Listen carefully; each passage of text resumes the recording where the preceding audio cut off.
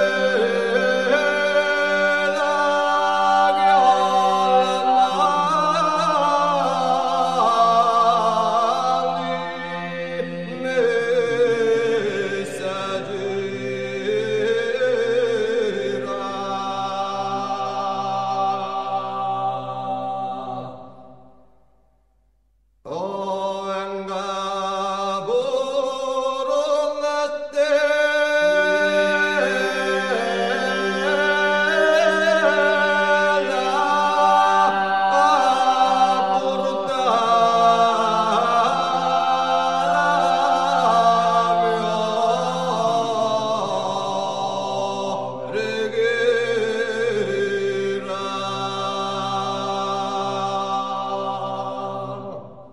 exemple, un même chant, peut être interprété donc chaque fois complètement différemment parce que il va avoir une humeur différente. Par exemple, il va être gai ou bien il va être triste. En général, on a 3 voix qui partent, à savoir une seconde, la voix principale, celle qui porte le chant, celle qui donne la couleur au chant et surtout celle qui donne la tension, celle qui entraîne les autres, celle qui vit le chant. Le chant, la seconde, donc la voix principale, va être suivie tout aussitôt par une basse qui sera un petit peu son ombre au sol, comme si la seconde était un oiseau et qu'on avait son ombre portée au sol. Donc ça, c'est la basse qui va venir juste un petit peu après elle, justement pour pouvoir savoir quelle est l'humeur de la seconde aujourd'hui, ici, maintenant, et pour pouvoir vraiment mieux coller avec elle. Donc c'est pour ça que je dis, c'est aussi le chant de savoir être ensemble, parce qu'il faut prendre le temps de regarder comment est celle qui a démarré.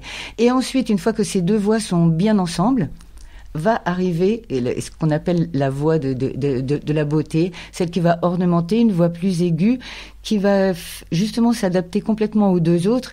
C'est-à-dire que même si on a démarré sur une certaine note, par exemple Do, et que parce qu'on est humain, on va descendre un petit peu en tonalité, c'est-à-dire que on va pas chanter le chant parfaitement, enfin comme on jouerait sur un piano, on s'en fiche parce que pourquoi est-ce qu'on est descendu ? On est descendu parce qu'à un moment, c'est la voix principale, la seconde, elle s'est rappelée d'un souvenir très émouvant qui justement l'a fait un petit peu descendre par son émotion.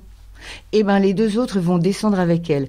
Et donc, je parlais de cette tierce qui va faire des ornementations, c'est-à-dire qui va faire des espèces de pirouettes. Elle va faire des acrobaties vocales qui vont faire en sorte que ça va nous générer des frissons à nous, les auditeurs. Est-ce que tu as un exemple pour faire écouter ces 3 voix que tu as expliquées d'une manière nette et claire Un morceau très très basique, on pourrait avoir Uwersu di Mogu, qui est tellement détaché qu'on entend absolument d'abord la seconde, puis la basse, puis la tierce. Oui, c'est très clair.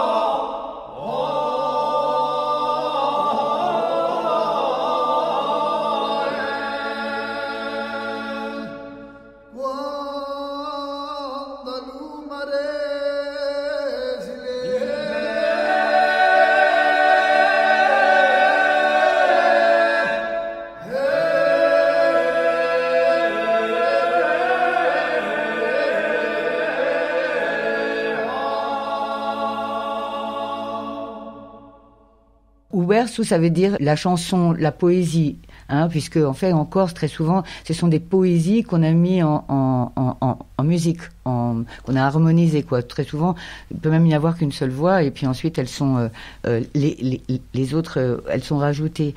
Donc Uwersu di Mogu c'est l'histoire d'un gars qui a 3 enfants chez lui et qui les voit du soir au matin, mais lui, il aimerait bien voir cette fille. Alors probablement il est veuf ou divorcé, quoique ça se fait pas trop, enfin à l'époque en tout cas, Et donc, ben voilà, il lui dit, cette femme qui chante, qu'il aimerait bien la voir à la maison, elle aussi, parce que elle est aussi belle que le soleil qui se lève sur la mer. Évidemment, ça, c'est pas un chant sacré. Il y a plusieurs contextes dans lesquels la polyphonie s'exprime. Absolument. Oui, bien sûr.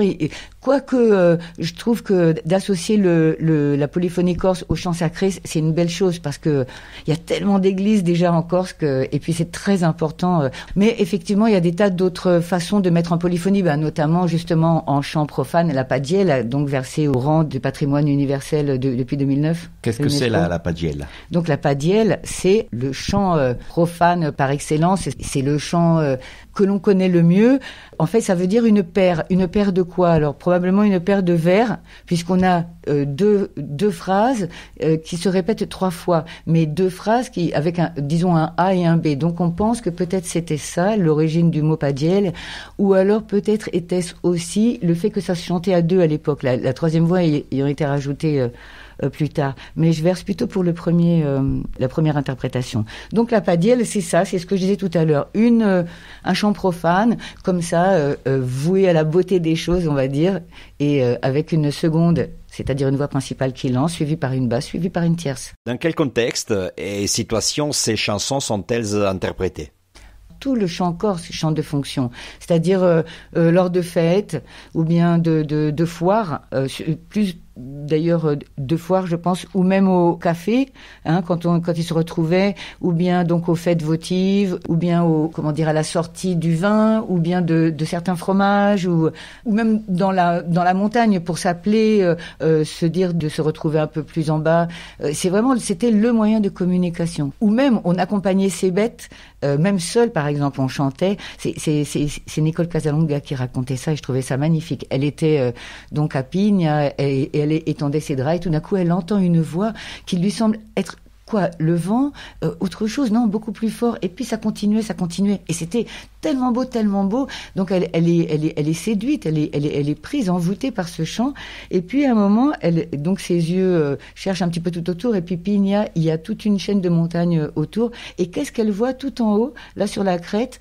Une toute petite silhouette, c'était un berger avec toutes ses bêtes derrière. C'était lui qui chantait. Et en fait, la physique de la géographie du lieu fait que il y avait ce son qu'elle a à nul autre pareil, disait-elle, quelque chose de fou. Donc, de toute sa vie, elle n'a jamais entendu ça. Elle était transportée.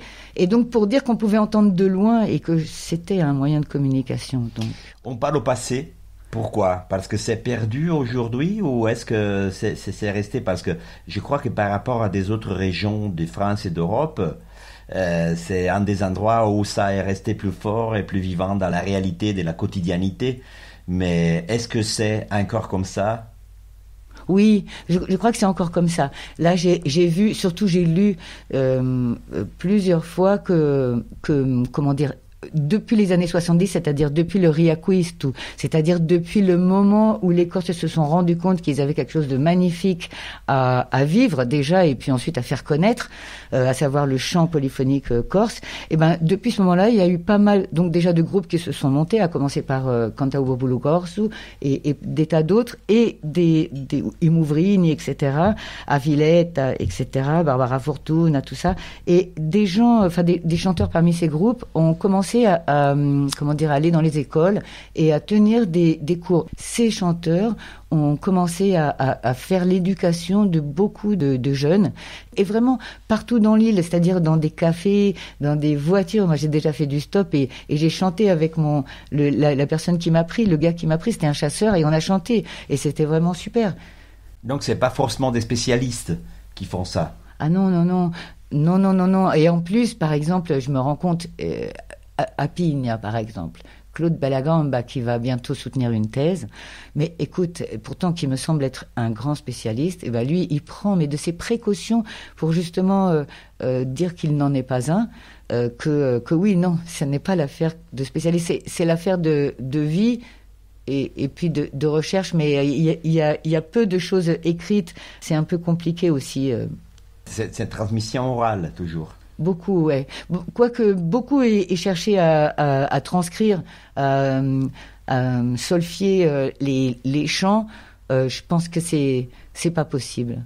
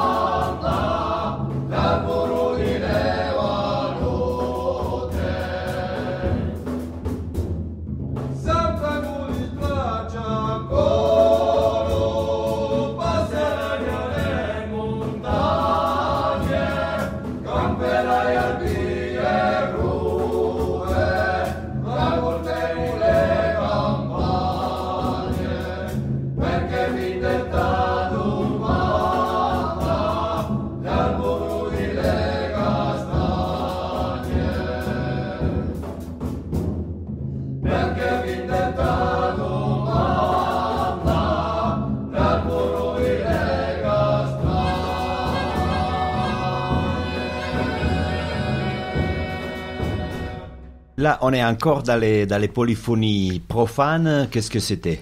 Alors là, c'était un lamentu à une châtaigne. Ben oui, parce que les lamentus, en fait, peuvent être soit profanes, soit sacrés, mais là, donc en l'occurrence, c'était un lamentu profane. Donc c'est une autre type de chant par rapport au paghiel. Exactement, lamentu, d'ailleurs on entend le mot lamentation dedans, donc c'est les chants de lamentation, comme on a aussi les chants, les voceru, les chants de mort, les chants qui sont dits une fois que le mort est mort d'ailleurs, hein, parce qu'on ne va pas te chanter un voceru s'il n'y a pas de mort. Et d'ailleurs, c'est drôle parce qu'ils sont différents selon que le mort a été tué ou pas. C'est-à-dire selon qu'il est mort de mort naturelle. Alors là, s'il est mort de mort naturelle, par exemple, les laments vont s'arrêter à la tombée de la nuit et ça reprendra au matin suivant. En revanche, s'il a été tué de façon violente, c'est-à-dire s'il a été tué, voilà, et violente ou pas, mais s'il a été tué, si c'est pas une mort naturelle, alors là, les laments, enfin les votirs vont avoir lieu toute la nuit.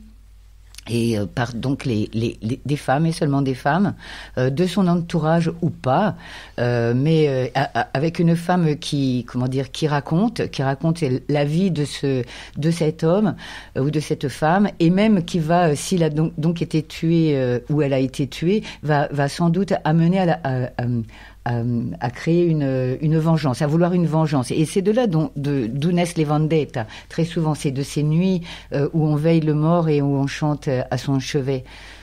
Tout ça, c'est la poésie horrible de la Corse. Est-ce qu'il y a des groupes qui se spécialisent dans certains types de chants? Parce que comme en Sicile, par exemple, les lamentations sont faites par des femmes qui sont spécialisées en ça, qui sont appelées pour ça. Est-ce que c'est la même chose? Oui, c'est exactement la même chose, voilà. Et en général, ce sont pas des personnes qui chantent aussi de façon commerciale. En général, ce sont des gens qui sont connus pour bien chanter, qu'on va chercher justement à cette occasion-là. Mais il y a absolument rien de commercial, c'est rituel.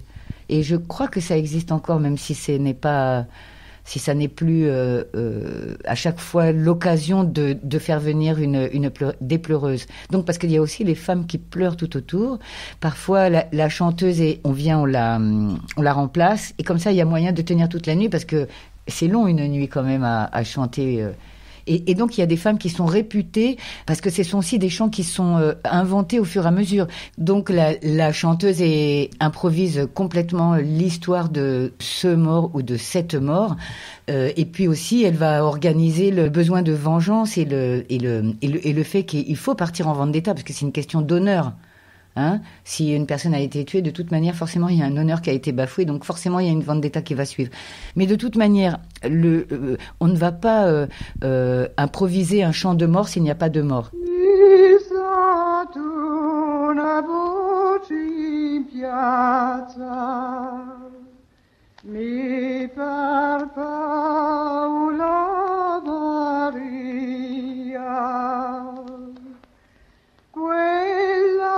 Che nome figliolo amava per compagnia. Or lasciato m'abbraccia in con poca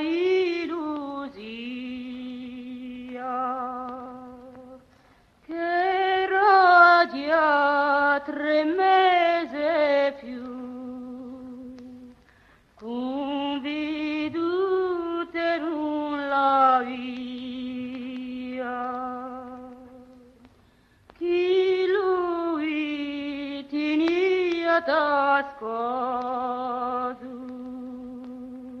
de par Paula Maria. La me Paula Maria, confesso lo me peccato, piuttosto che dalla voi bramava e lui intarrato, ma si leva vivo stamani, sagna lui vostro sposato. Est-ce qu'il y a dans les polyphonies sacrées des styles, des genres différents par rapport, par exemple, aux rituels différents qui se déroulent pendant l'année? Oui, bon, bien sûr, il y a tous les chants de messe, il y a tous les chants importants, par exemple Pâques. En revanche, Noël, bon, personnellement, j'en connais pas. J'imagine qu'il y en a bien sûr, mais j'en connais pas. Mais sinon, de Pâques, il y a il y a la messe des morts et la messe des vivants. Je sais pas si on a ça ailleurs. Moi-même, comment dire, j'ai pas été baptisée, je connais pas grand-chose, mais en tout cas, je sais que en Corse, on a la messe des morts et la messe des vivants. La messe des morts est plus lente, plus triste, plus de sanglots sont dans les chants et les mélismes. Voilà, alors que la messe des vivants est plus gaie, même si elle reste sobre. Il va y avoir aussi, par exemple, une exception un petit peu pour le Dio vi salvi Regina, qui est l'hymne corse, qui est à la fois profane et sacré finalement, puisque il appelle à la bataille. Et que on aurait du mal à envisager ça dans un chant de religion, quoique on sait qu'il y a eu beaucoup de guerres de religion. Puis parfois, il n'est pas écrit que en latin. Parfois, on corsise un petit peu ces chants sacrés, ce qui fait que voilà, ça fait quelque chose d'un peu particulier. Il y a aussi, par exemple, je pense au Subtum, qui est un chant copte, un des plus vieux chants que l'on ait. Et puis il y a les chants franciscains, par exemple, avec les moines franciscains qui sont venus sur l'île au 18e, au 17e, 18e, et qui ont écrit en latin, mais qui ont laissé la possibilité donc à Marcel Pérez d'abord, et puis nous ensuite, la possibilité d'interpréter et de pouvoir faire donc des mélismes, c'est-à-dire de chanter à la façon corse, des chants qu'on retrouve sur le continent et ailleurs et qui ne sont pas chantés de façon corse, justement. Voilà, ça fait encore un genre particulier. Ça fait des chants qui ont été cette fois solfiés. Donc il n'y a plus seulement la traduction orale, mais aussi quelque chose d'écrit. Alors elles sont très belles ces partitions avec des losanges, des carrés. Ça n'a rien à voir avec la façon d'écrire d'aujourd'hui. Et puis la partition est un peu moins précise, ce qui permet de laisser une part de liberté. Voilà, par rapport à aujourd'hui où on a des barres de mesure. Par exemple, à l'époque, il n'y en avait pas. Ça permet ça permet au rythme et au tempo d'être un peu différent. Enfin, surtout au rythme. Qu'est-ce qu'on va écouter comme exemple d'un chant sacré des polyphonies corses? Alors, j'aimerais beaucoup que l'on écoute justement le Subtum. Le Subtum avec Jacques Migaeli.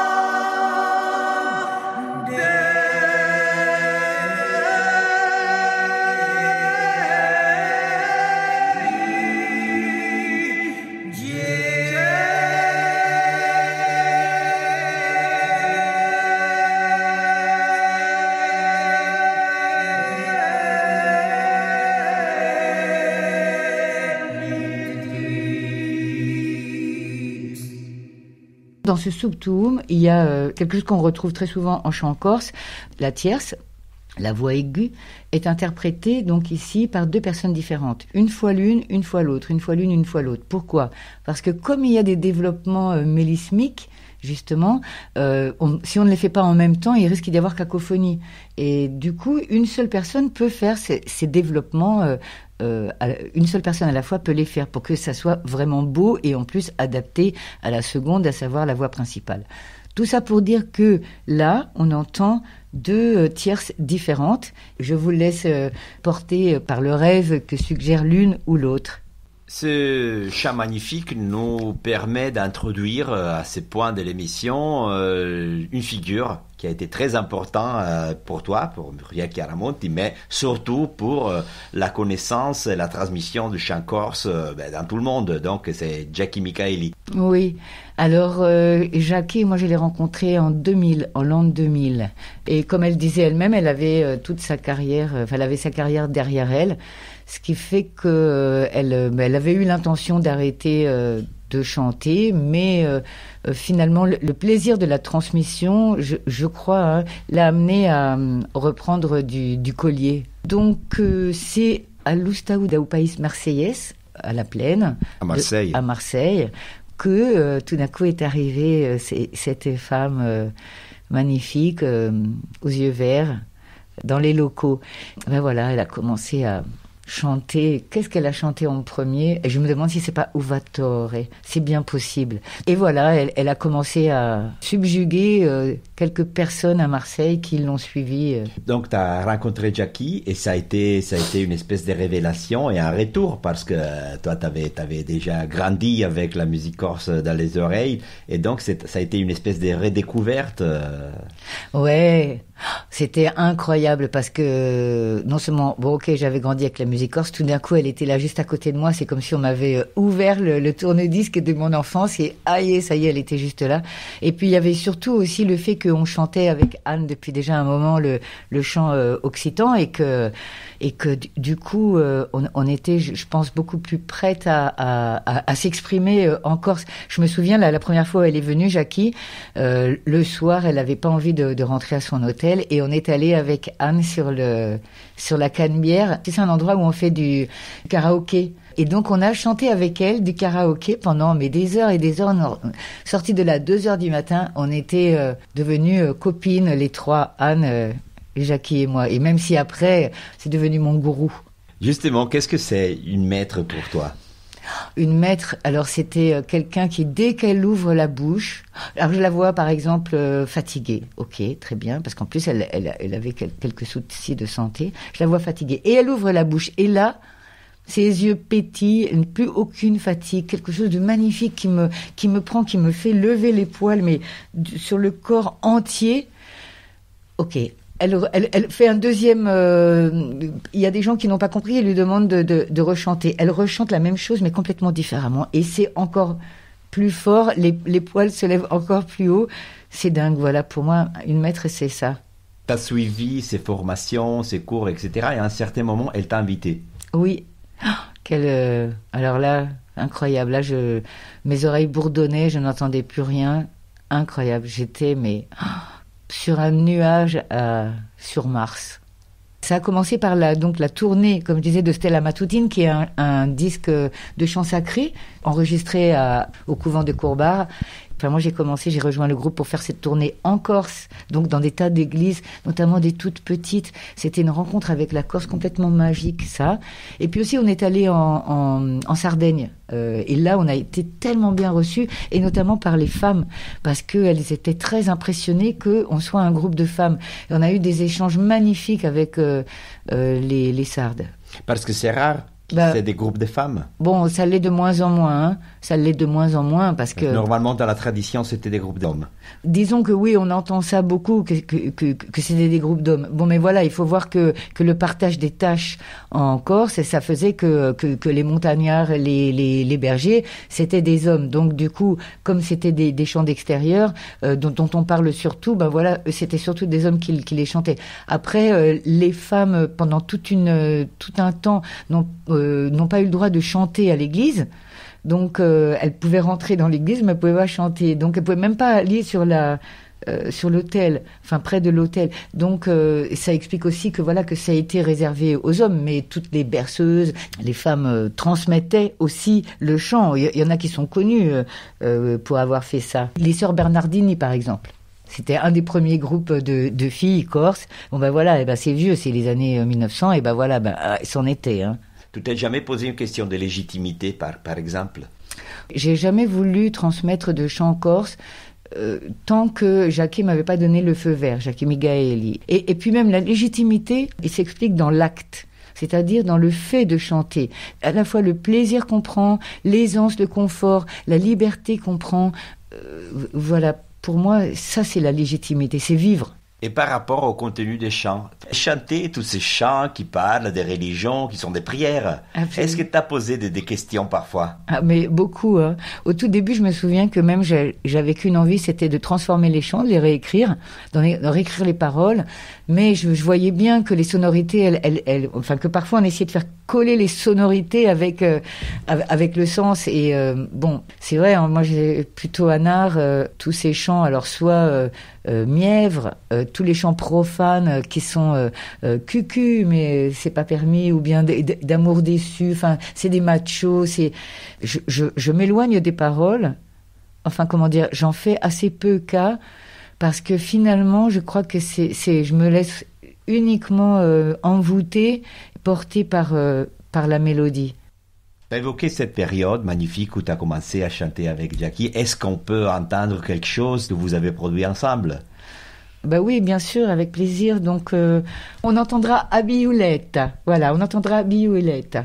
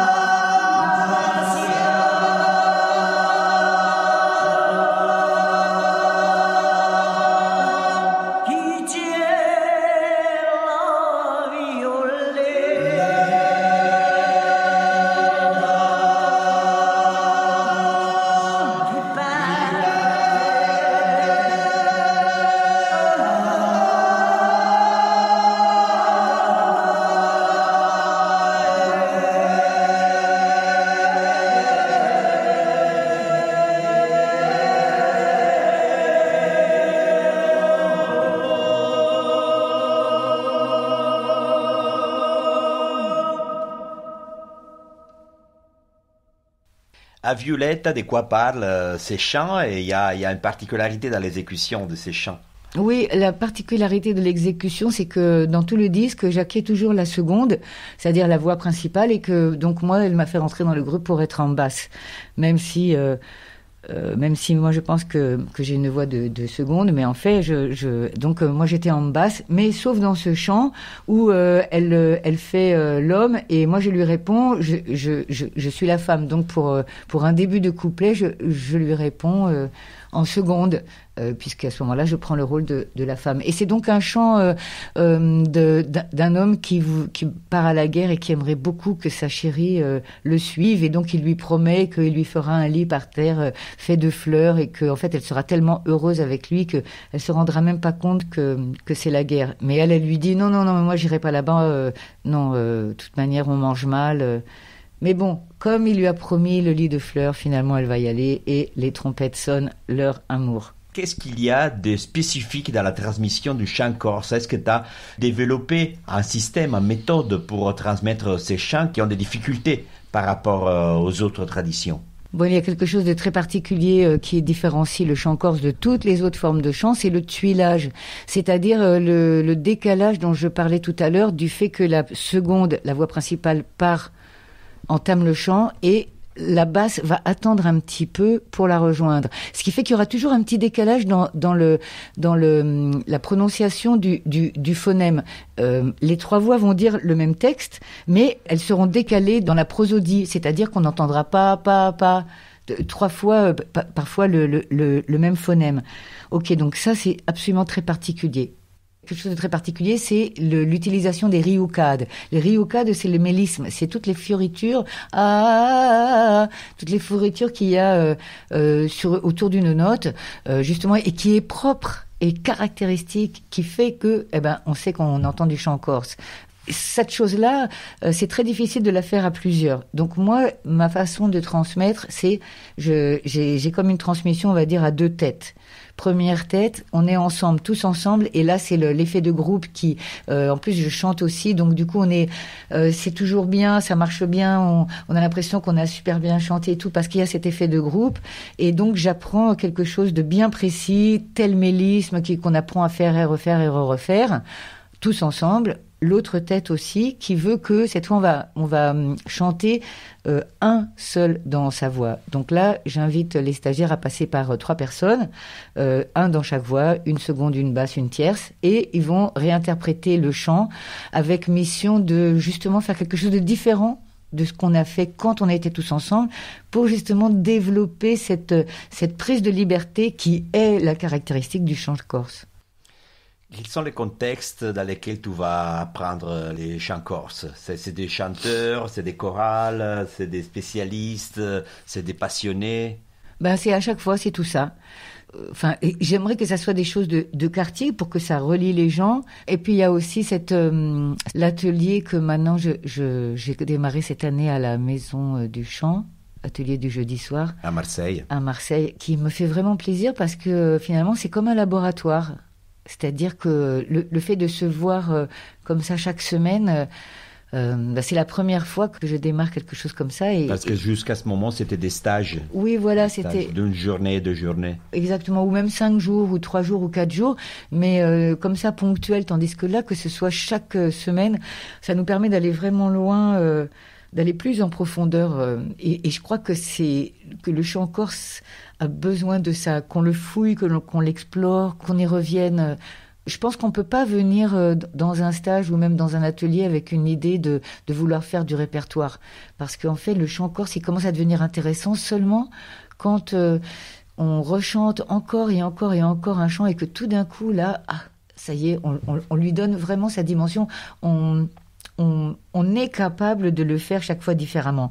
Là, on commence je pense à vraiment vivre le chant corse. Donc les stages, c'est plutôt pour une découverte. Ouais, découverte. Alors maintenant, je commence aussi à en faire des stages de pratique où on revient sur ce qu'on a appris déjà.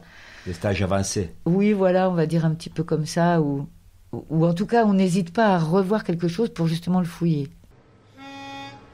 Agnus Dei, qui tollis pegara mundi, miserere nobis.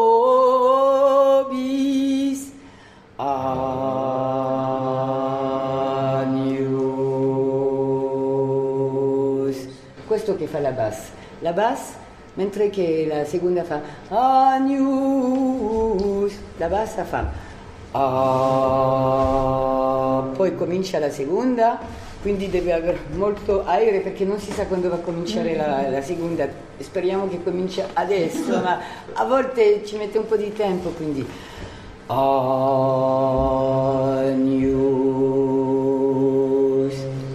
Agnus Dei.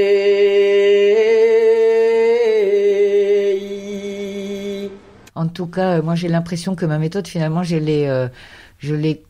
me la suis concoctée en prenant un petit peu de partout des éléments, surtout ce que j'avais vu faire, et notamment même toi d'ailleurs, au moment de l'échauffement. En tout cas, une chose est sûre, je fais un bel échauffement qu'on ne faisait pas tellement avec Jackie. Moi, j'insiste pas mal sur la technique vocale, parce qu'en plus, comme je dis, ce qui m'intéresse beaucoup aussi, c'est l'acte de chanter, c'est-à-dire le plaisir qu'on prend sur le moment, finalement, que ça soit du corse ou autre chose. Presque à la limite, ça, c'est secondaire. Bon, moi, mon chant de prédilection, c'est le corse, hein, que les choses soient claires, mais voilà, je crois que la méthode, c'est tout d'un coup se donner accès à sa propre liberté, réussir à se débarrasser de nos carcans, de nos contraintes, et je pense par le plaisir atteindre à la beauté. Quels sont les chants, à ton avis, avec lesquels il fallait commencer? Alors, c'est drôle parce que donc, avec Jackie, c'était Uvator et Agnus Dei. Et moi, en fait, j'ai beaucoup démarré avec Uversu di Mogu et aussi Bernardino maintenant, qui pourtant est difficile, mais qui est tellement sauvage que je trouve qu'elle correspond bien au maquis corse. Voilà, et sinon, l'Agnus Dei, je pense que c'est une bonne chose. Et Jackie nous faisait démarrer par celui de Corsica Sacra, qui est peut-être plus facile que celui par lequel moi je fais démarrer, celui de Stella Matutine, c'est un Agnus Dei franciscain, difficile mais tellement beau, et finalement on peut le réaliser assez vite, j'ai trouvé. Donc voilà, moi je démarre par ça. Je te demande de conseiller 2 disques. Le premier, c'est les disques avec lesquels on peut découvrir les chants corses. Moi je dirais E Voce di ou Gumune. Ton disque préféré? Mon disque préféré, mais je suis emmerdée parce qu'en fait il y en a un, c'est de Jackie, c'est le Stella Matutine, mais parce que voilà, c'est mon histoire. Mais sinon de vraiment celui que je trouverais le plus beau, je pense que c'est un des disques de présentation du chant corse. Je crois que c'est Voce di Corsica.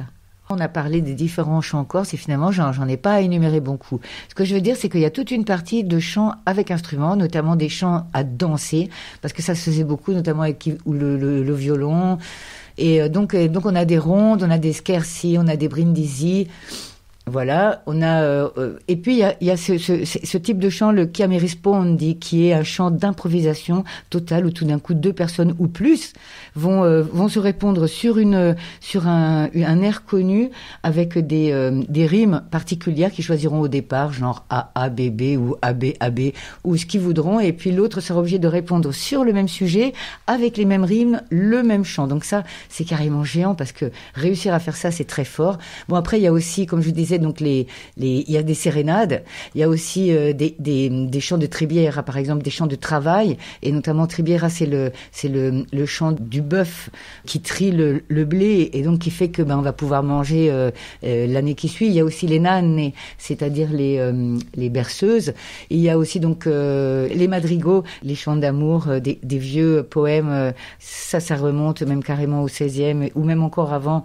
Il y a des tas de chants et de danse d'ailleurs aussi.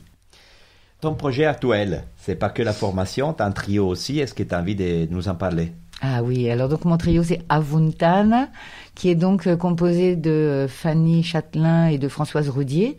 Et donc oui, mon rêve, c'est que l'on puisse chanter un petit peu de partout, même dans le monde entier, j'adorerais. Donc on fait toutes sortes de chants, on fait des chants profanes, des chants sacrés, des padiels, mais aussi des chants contemporains issus de la tradition. Et voilà, on chante a cappella et j'adore. Vous n'avez pas encore enregistré un disque? Non, mais... Est-ce que vous avez déjà des enregistrements qu'on peut écouter? Oui, on en a. On va écouter un Bernardino. Non, peut-être un Agnus Dei. Agnus Dei,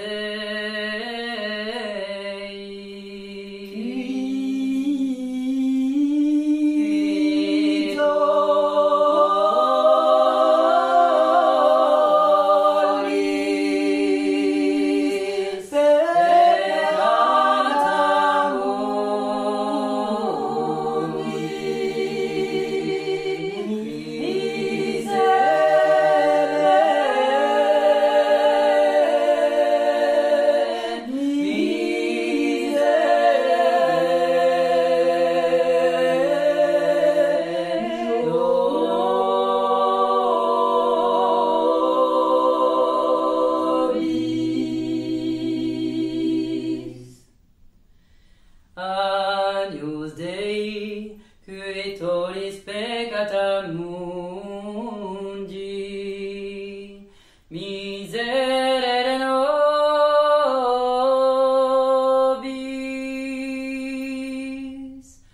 Agnus Dei, qui tollis peccata mundi,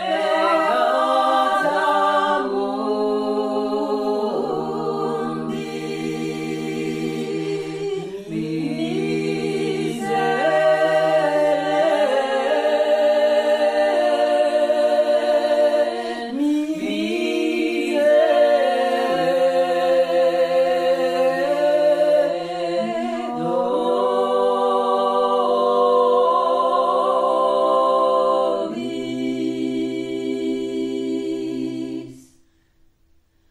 Agnus Dei, qui tollis peccata mundi, dona nobis, dona nobis pacem.